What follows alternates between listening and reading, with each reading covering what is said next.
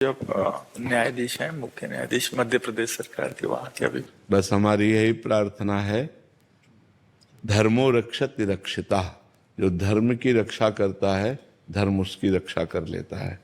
मनुष्य जीवन का परम लक्ष्य है भगवदानंद। ये सब छूट जाएगा, आपका पद छूट जाएगा, आपका शरीर छूट जाएगा, आपका वैभव छूट जाएगा, आपका संबंध छूट जाएगा, सब ये छूट जाएगा। और वो कुछ समय के लिए है, ये सब कुछ समय के लिए है। लेकिन हमारा निरंतर आनंद बढ़ता रहे और हम पतित न हो, क्योंकि ये 70 वर्ष 80 वर्ष, उसमें भी 40 50 तो चले गए। अब कितने मिनट रह गए, कितने सेकंड रह गए, हमें पता नहीं। और वो सेकंड ऐसा होता है जो सब विध्वंस कर देता है, सब छूट जाता है। इसके बाद आप जाएंगे, आपका नाश नहीं होता, आप अविनाशी हैं।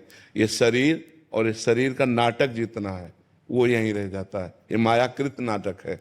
पति पत्नी पुत्र परिवार पद प्रतिष्ठा, ये मायाकृत है, ये सच्चिदानंद नहीं है, ये त्रिकाल सत्य नहीं है। ये इसी से भगवत प्राप्ति हो जाएगी। अर्जुन जी को कह रहे हैं युद्ध रूपी पूजा कर। गले काटना जब पूजा हो सकती है, तो हम अपने न्याय को धर्म से युक्त करके दोषी को दंड देना ही है। ना किसी का भय और ना किसी का प्रलोभन हमको विचलित नहीं कर सकता है।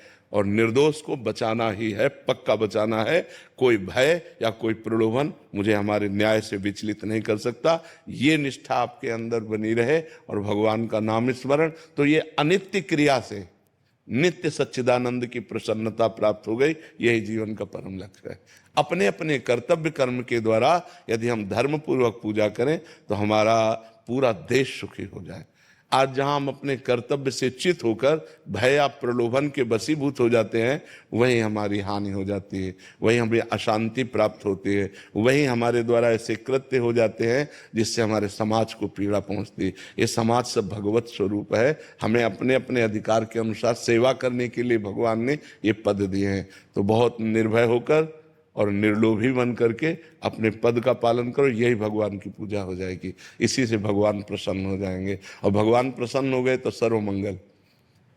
क्योंकि हम मनुष्य ही बनेंगे ऐसी गारंटी नहीं है। 83,99,999 योनियां और हैं। अगर हमसे चूक हो गई तो यहाँ का जिसके लिए हम चूक कर रहे हैं वो तो सब यहीं रह जाना है। ये ऐसा देश है, बहुत भयावह देश है। मृत्यु लोक बहुत भयावह देश है।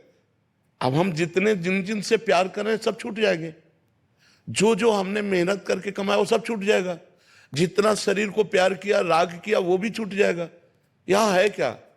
किसी व्यक्ति को ऐसे देश भेजा जाए कि तुम खूब कमाओ, सब व्यवस्था करो, लेकिन जब वहां से निकाले जाओगे तो निर्वस्त्र करके निकाले जाओगे। तो कैसा भयावह देश है।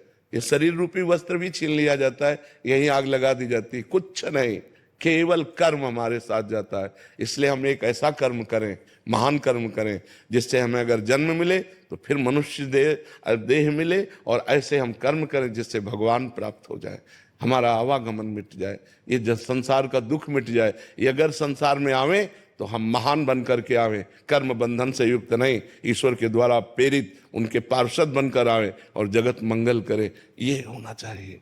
और इसी आप इसके जिम्मेदार हैं, हम जिम्मेदार नहीं। नाथ अगर कहीं त्रुटि हो तो आप प्रेरणा करो और संभालो, तो हमारा जीवन निष्पाप होता चला जाएगा और हम महान भगवान को प्राप्त हो जाएंगे। सही मार्ग में चलने पर नारायण स्वामी नाम के एक महान जज हुए हैं। महान जज थे और वो नारायण स्वामी हुए। उनके रोम रोम से भगवान का नाम कीर्तन चलता था। तो ऐसा नहीं है कि हमको भगवान की प्राप्ति के लिए कोई और वेश या कोई और क्रिया करनी पड़ेगी। इसी क्रिया से हो जाएगी। बस धर्म पूर्वक कीजिए और खूब नाम जप कीजिए। अभी पदवी से पहले ये आपका आशीर्वाद, अभी पदवी अपने बैठे नहीं है तो उससे पहले आपका आशीर्वाद देने के लिए आए कि आपका आशीर्वाद लेके अब वो उस पदवी पे बैठे हैं। बिल्कुल उससे बिल्कुल पहले ये बैठे नहीं है। बिल्कुल ठीक है।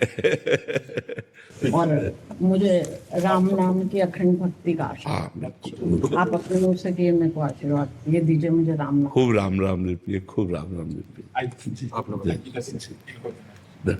डॉक्टर सौरभ भारद्वाज गुरुग्राम से। राधे राधे महाराज जी। राधे राधे।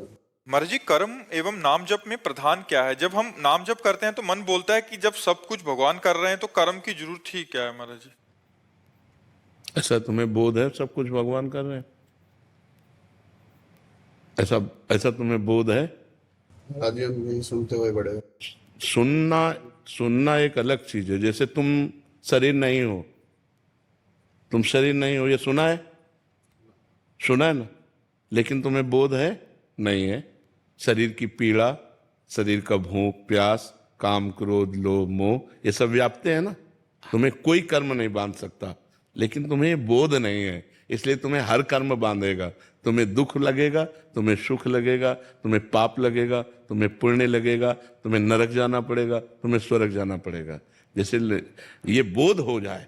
अब इसी बोध के लिए तो साधना की जाती है, ये केवल बातों से थोड़ी होता है। जब बोध हो गया कि सर्वम खलमिदम ब्रह्म, सब ब्रह्म है और वही करता है, वही भोगता है, मैं तो केवल निमित्त मात्र हूं, खत्म खेल हो गया। आप डॉक्टरी कर रहे हो, लेकिन आपके पास सर्टिफिकेट है? नहीं है।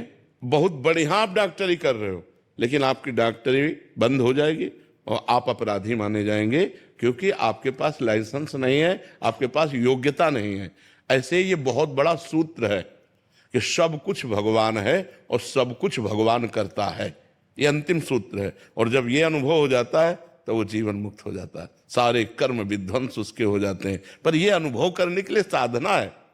बिना साधना के ऐसे सुन के तो बहुत बातें हैं, सुन के बातों से, हलवा की हमने प्रक्रिया सुन ली तो हमारे क्या शरीर में पुष्टता आ जाएगी क्या? उसके लिए हमें हलवा बनाना पड़ेगा और हलवा खाना पड़ेगा और खा के पचाना पड़ेगा, तब हमारा शरीर स्वस्थ होगा। ऐसे ये ब्रह्म सूत्र है, सब कुछ करता धरता हरता एकमात्र भगवान है, भगवान के सिवा कुछ नहीं। अब इसका अनुभव तो करे।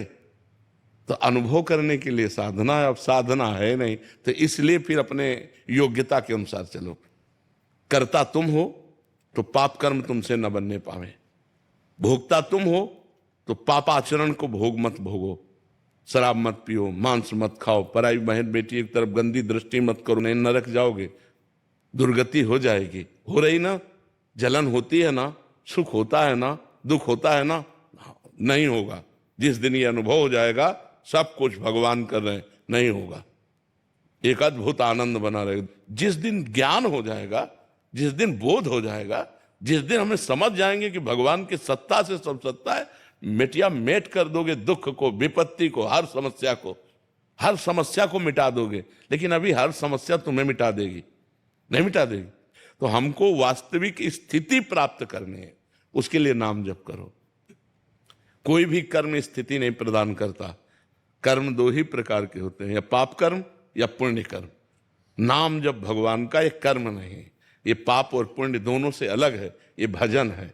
भजन के द्वारा स्थिति प्राप्त होती है। खूब नाम जप करो, भगवान का चिंतन करो, तो धीरे धीरे ज्ञान प्राप्त होगा। और जब ज्ञान प्राप्त होगा तो आनंद रहेगा। ये किडनी का दुख, ये नाना प्रकार के क्लेश, ये परेशानियां हमको व्यापती नहीं है, क्योंकि श्री जी के चरणों में जब अपनापन, प्रभु का नाम, प्रभु का आश्रय, तो ये बातों से केवल नहीं है, प्रमाण। दर्द में भी हमें आनंद रहता है, हम आनंदित रहते हैं, क्यों? प्रभु से चित्त जोड़ने में। तो जब ये बात समझ में आ जाए कि सब कुछ प्रभु कर रहे हैं, फिर आनंद आ जाएगा, फिर दुख क्या हो जाएगा। हमारे पिताजी की भी किडनी फेल थी और वो भी डायलिसिस कराते थे। 8 साल हमने उनकी सेवा करी। थे चले गए क्या? हाँ। तो मन में एक ग्लानि हमेशा रहती है कि जब वो बीमार थे तो लोग बोलते थे कि ये भुगत रहे हैं। तो अपने पूर्व जन्म के कर्मों का भोग तो भोगना ही पड़ता है भाई। इसमें क्या, चाहे कोई बाबा जी हो चाहे कोई भी हो, भोगना तो पड़ता है। रामकृष्ण परमहंस जी के गले में कैंसर था, कितना भी बड़ा कोई संत हो, जो हमसे कर्म बन गए हो तो भोगने पड़ेंगे। जी आपसे सानिध्य के बाद हमारे मन से वो ग्लानि चली गई। हाँ, हम अति प्रसन्न है। हाँ, कि हमने सेवा करी। हाँ बिल्कुल, और हम खुश हैं, जो हुआ अच्छा हो। हाँ बिल्कुल, यही बात आती रहेगी तो बहुत आनंदित रहोगे। जो हुआ अच्छा हुआ, जो होगा वो अच्छा होगा। अब मुझे चिंता नहीं करनी, ठीक है।